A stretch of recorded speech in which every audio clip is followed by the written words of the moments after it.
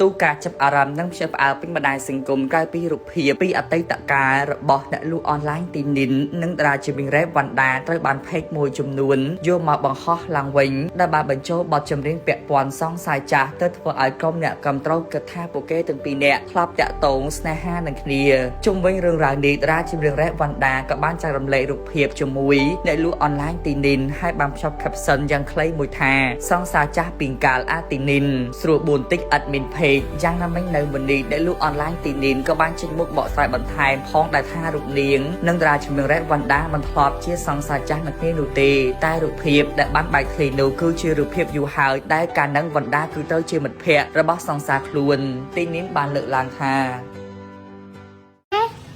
ចានិនបកស្រាយរឿងថតជាមួយវ៉ាន់ដាកាលនឹងវ៉ាន់ដាជាពូម៉ាក់របស់សង្សារចាស់វ៉ាន់ដាក៏មានពូម៉ាក់ប្រព័ន្ធអ្នកកំពុងសោមណែសាហាវណានៅពេញណាញ៉ាយសង្សារដល់កំពុងសោមចង់និយាយចឹងណាហាមួយនឹងស្រឡាញ់ចាយទិញតុក្កតាទៅឲ្យផ្ញើចាយហើយពេលនោះចាយមានសង្សារមួយហើយប៉ុន្តែចាយលួចទៅកំពុងសោមជួបអាសង្សារមួយទៀតនៅអួយវាទៅដឹងហើយវាចេះតែអាស៊ីតអញទៅហើយអាសង្សារមួយទៀតនោះដែលត្រូវយកពូម៉ាក់វ៉ាន់ដានឹងចឹងពេលវ៉ាន់ដាមកអំពេញសង្សារចាយមកអំពេញមកលេងចាយហ្នឹងគឺគេមកជុំគ្នាចឹងយើងជិះតុកតុកដើរលេងជុំគ្នាផឹកកាហ្វេផឹកអីមើលកូនជុំគ្នាអីចឹងទៅចាអញ្ចឹងបានចាយមិនស្និទ្ធអីជាមួយវ៉ាន់ដាអីណាគាត់ថាពីក្មេងមកធ្លាប់ជួបគ្នានិយាយគ្នាថាវ៉ាន់ដាប្រាប់ចាយថាពេលនៅក្មេងជុំគ្នាហ្នឹងវ៉ាន់ដាបើសិនជាអូនគិតថាចាយអ៊ុយវ៉ាន់ដាសង្សារចាស់ចាយអត់ទេព្រោះអីចាយពីមុនមកចាស់អត់ស្អាតទេបានធ្វើចំហយកយល់អត់ពេលចាយនិយាយលេងមួយវ៉ាន់ដាអញ្ចឹងវ៉ាន់ដាថាចាយវ៉ាន់និយាយទៅចាយមិនថែវ៉ាន់ដាចាយហ៊ាននិយាយថាបើសិនជាវ៉ាន់ដាសាញ់គ្នាមួយចាយវ៉ាន់ដាអាចនឹងមានជំងឺកាពះដោយសារតែក្អួតរាល់ថ្ងៃព្រោះវាអត់ស្រឡាញ់មនុស្សស្រីមុខដូចចាយអូនយល់អត់ចាតែប៉ុណ្ណឹង